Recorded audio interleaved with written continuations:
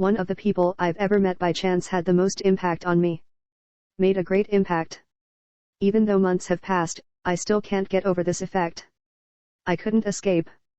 Whenever I am alone with myself, Raif Effendi's pure face. A bit distant from the world, yet they always smile when they meet someone.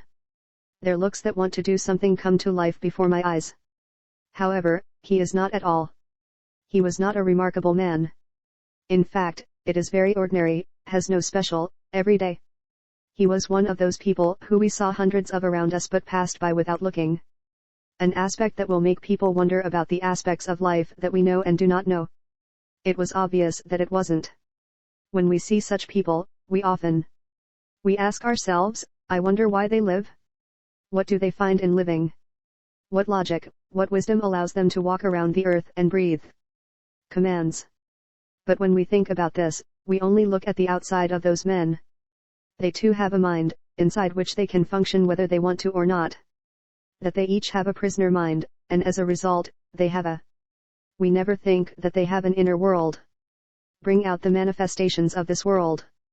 Instead of looking at what they do not give and judging that they do not live spiritually.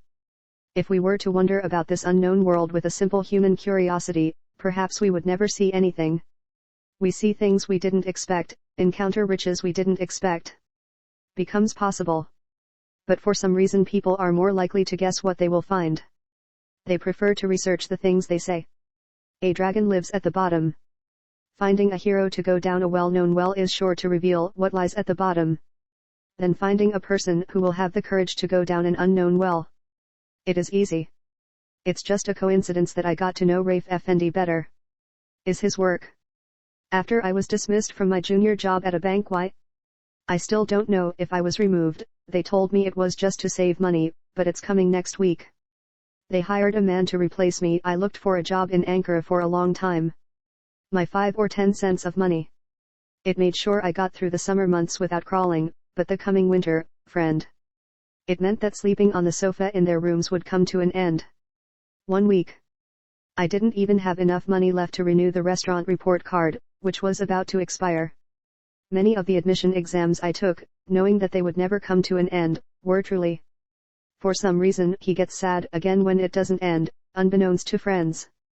I was disappointed when I received a rejection response from the stores where I applied for a job as a shop assistant.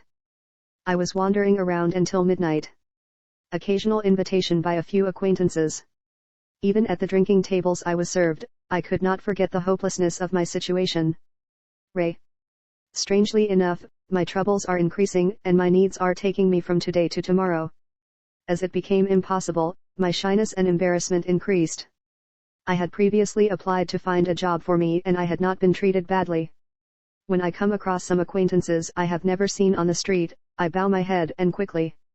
I was passing by, I freely asked them to feed me before and I had changed even towards my friends from whom I borrowed money without getting bored. Your situation? How? He said with a clumsy smile, not bad. Just a few. Temporary. 1. I'm finding jobs. I replied and ran away immediately. The more I need people, the more I need to escape from them. Was increasing. One day, in the evening, I was walking slowly on the lonely road between the station and the exhibition house. I am walking, breathing in the wonderful autumn of Ankara in my soul. Nikban. I wanted to create an atmosphere. White light reflected from the windows of the community center. The sun, which drowned the marble building with blood-colored holes, was visible on the acacia trees and pine trees. Rising above its saplings, and it is not clear whether it is mist or dust. Non-existent smoke, returning from any construction site and wearing tattered clothes. Workers walking silently and slightly hunched over, with traces of car tires here and there.